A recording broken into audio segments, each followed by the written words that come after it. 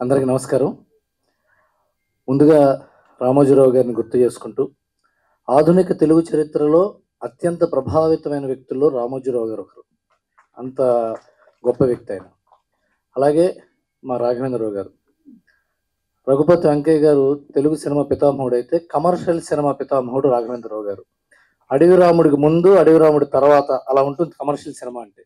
పాటలు కానీ, కథలు కానీ. రాఘవేంద్రరావు గారు అంటే అందరూ పాటలు పాటలు పాటలు అంటారు, ఎందుకంటే పాటలు అంత స్ట్రాంగ్గా ఉంటాయి కాబట్టి. కానీ అంతకంటే గొప్ప కథలు ఆయన సినిమాల్లో ఉన్నాయి. ఎంతో డ్రామా ఉంది, ఎంతో నేర్చుకునేందుకు వీలుగా ఉంది, ఎంత సున్నితంగా చెప్పొచ్చు, ఎంత చెప్తే చాలు అన్నది రాఘవేంద్రరావు గారి సినిమాలు చూస్తే తెలుస్తుంది.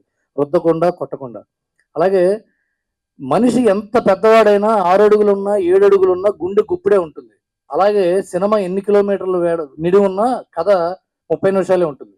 మిగతావన్నీ ఫైట్లు, పాటలు, విలన్ ఇంట్రొడక్షన్లు, ఇంటర్వెల్ ఫైట్లు, వాడి కింద పట్టడం, మీద పట్టడం, దొల్లటం ఇవన్నీ ఉంటాయి. కథ మాత్రం ఆ 10 సీన్లే ఉంటుంది.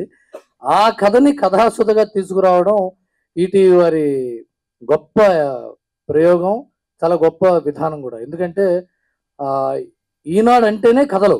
ఇప్పుడు అజయ్ శాంతి గారు ఇక్కడ ఉన్నారు. ఆయన ఇది కథ కాదు అనే శీర్షిక మీద 40 ఏళ్ళ నుంచి కథలు రాస్తున్నారు ఆయన. అలాగే ఎన్నో మంచి కథలను తీసుకొచ్చి ఉషా కిరణ్ మూవీస్ ద్వారా ఎన్నో మంచి కథలు, ఈటీవీ సీరియల్స్ ద్వారా ఎన్నో మంచి కథలు, ఎన్నో యాక్టర్స్ ఎంతో టాలెంట్ని తీసుకొచ్చిన ఈటీవీ విన్నవారు బాపిరెడ్డి గారి నేతృత్వంలో very talented team, Nitin and Sai, చాలా చాలా చాలా కమిటెడ్ పీపుల్ వీళ్ళు.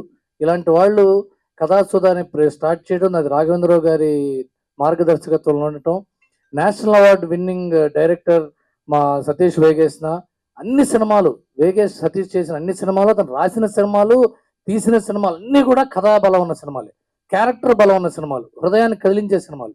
అలాంటి వాళ్ళతో ఇలాంటి కథాసుధ అనే శీర్షిక మీద ఇలాంటి 30 నిమిషాల సినిమాలు చేయటం, అది కంటికి ఈజీగా ఉంటుంది, చూడడానికి ఈజీగా ఉంటుంది, అర్థం చేసుకోవడానికి ఈజీగా ఉంటుంది, ఫాస్ట్ ఫార్వర్డ్ చేయకుండా చూసేందుకు వీలుగా ఉంటుంది. ఇది కాకుండా ఎంతోమంది యాక్టర్స్ని తీసుకురావడానికి ఒక వేదికగా ఉంటుంది. ఇది చాలా పెద్ద సక్సెస్ అవ్వాలి.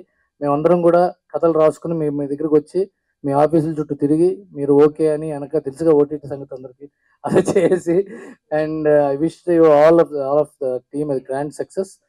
అలాగే భరణ్ గారు లాంటి ఒక గొప్ప నటులు, అంటే ఇంత సీనియర్ నటులు కూడా ఈ వేదికని ఆలింగనం చేసుకుని ఇట్లాంటి సినిమాలు చేయడం వల్ల వాటికి విజిబిలిటీ ఎక్కువ ఉంటుంది. భరణి గారు చేశారంటే ఏదో లేకుండా చేయరుగా, అంటే ఒకసారి చూద్దాం అనే ఒక ఆశ ఉంటుంది, ఒక నమ్మకం ఉంటుంది. అలాంటి వాళ్ళు రావటం చాలా మంచి విషయం ఇది. Wish you all the best. God bless. Thank you.